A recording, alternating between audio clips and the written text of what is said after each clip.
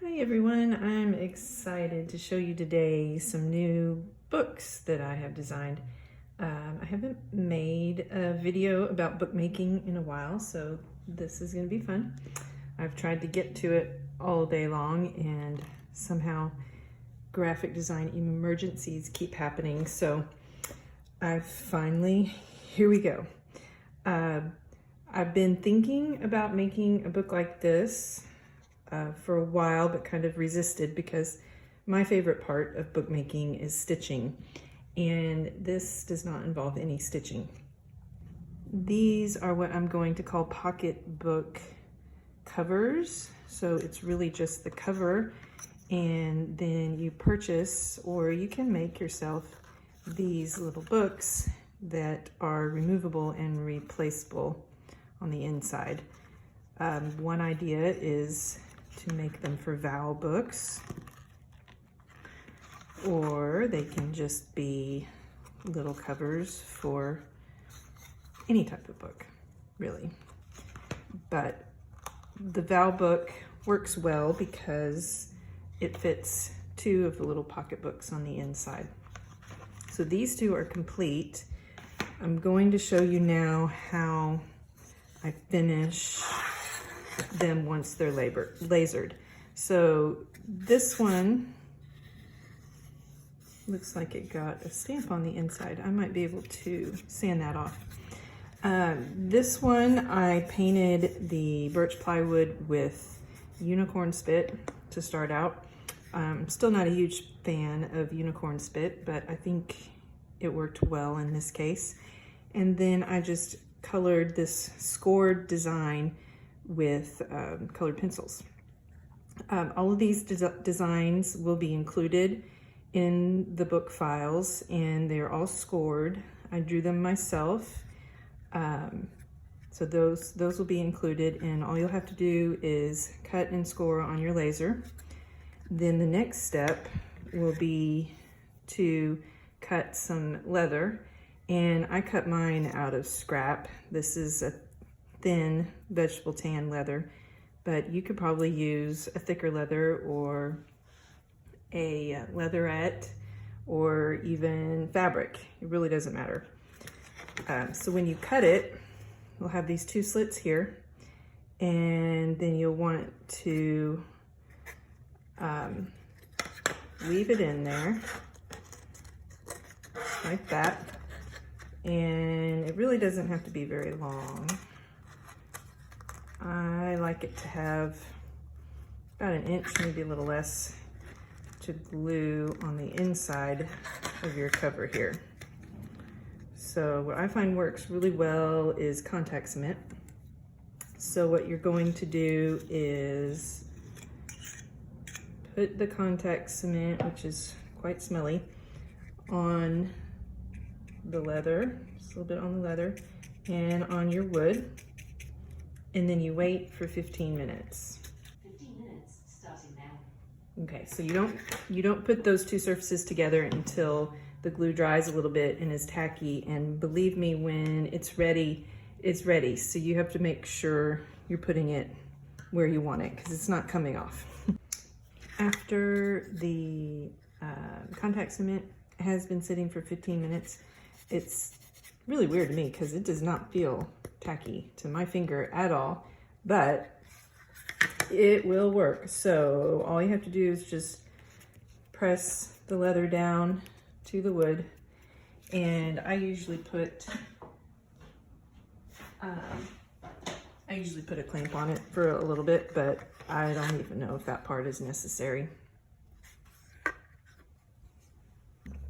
So here is another book that I did with walnut plywood, and it's already glued.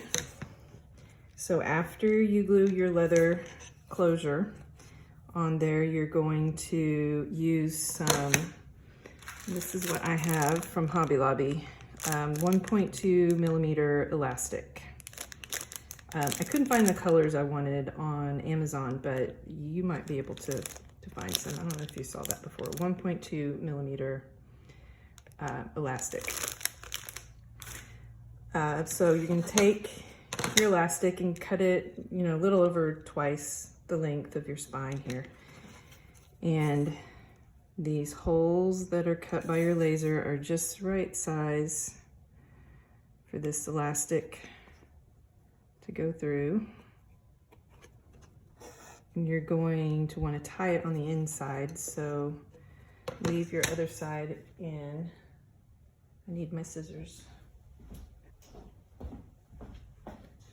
So if you get it, if it's frayed like that, it's not going to go through very easy. So just chop it off and put it through the other side.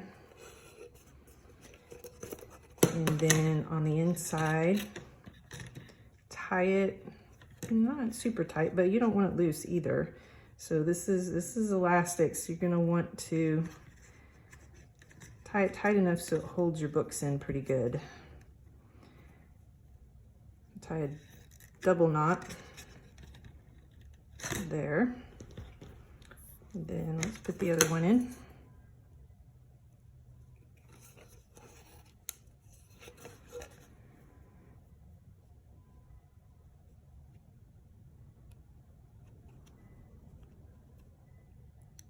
That's not going to go through. I don't know why I even tried. Okay, trim it. Put it through your hole. And then tie your double knot on the inside. Hold it so it stays tight. And then you can trim these too.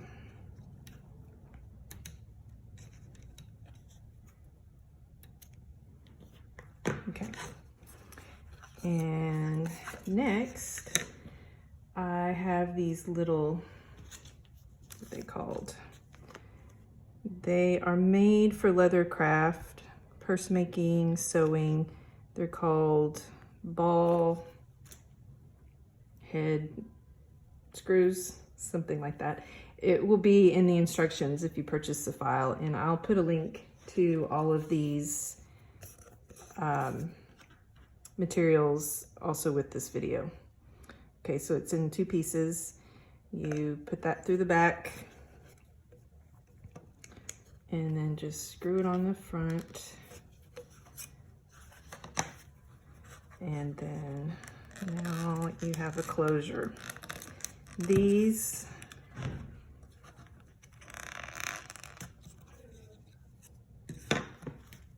okay. Now on these little books, I made some stamps that match. So I decided that these books were a little too plain, so I made some stamps for the inside that match the same font and same little drawing. So now when you put your books in, all you have to do is lift up the elastic and it holds them in nicely.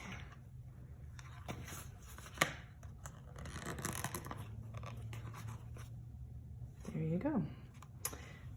I also have this design where you can put in the letters that direction, and this is the same here, but it's a different wood, and I colored that with colored pencils.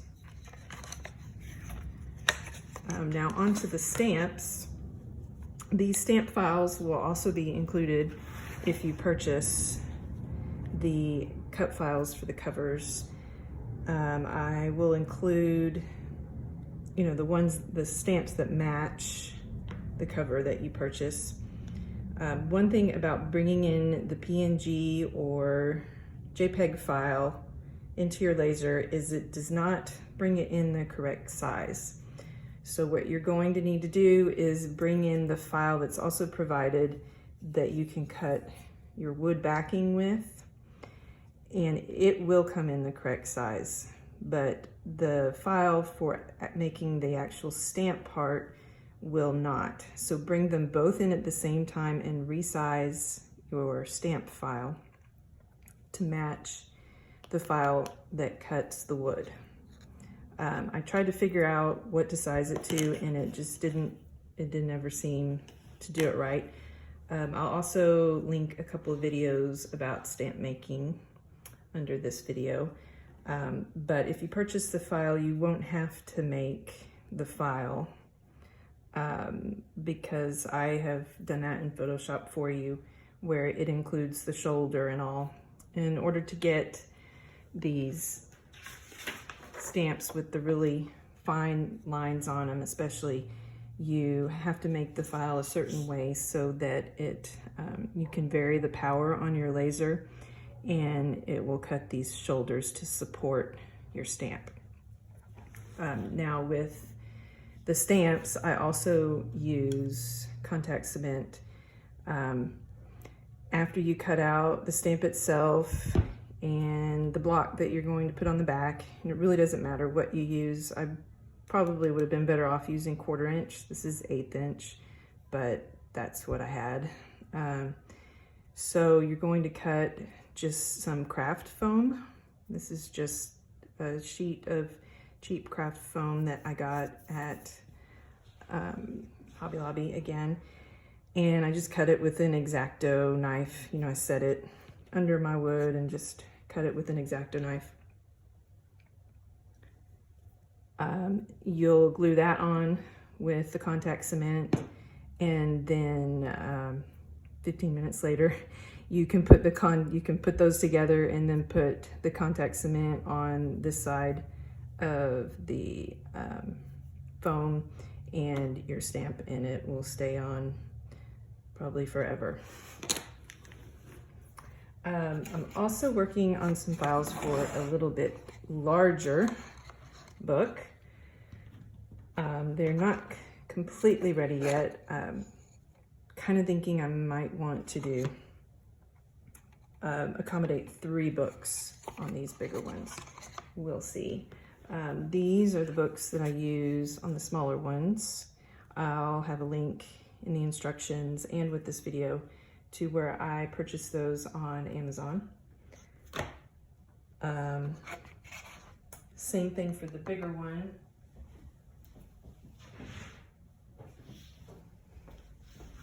I have a little bit bigger notebooks that will fit in there nicely when you add your elastic. I wanted to caution you to always make sure your wood is flat and you use nice wood when you're, and that your lens is clean when you're lasering these files with the living hinge cuts, because if the cuts do not go all the way through, and you can see on this one they did not go all the way through, and this must be because there was some kind of weird glue behind there in this plywood.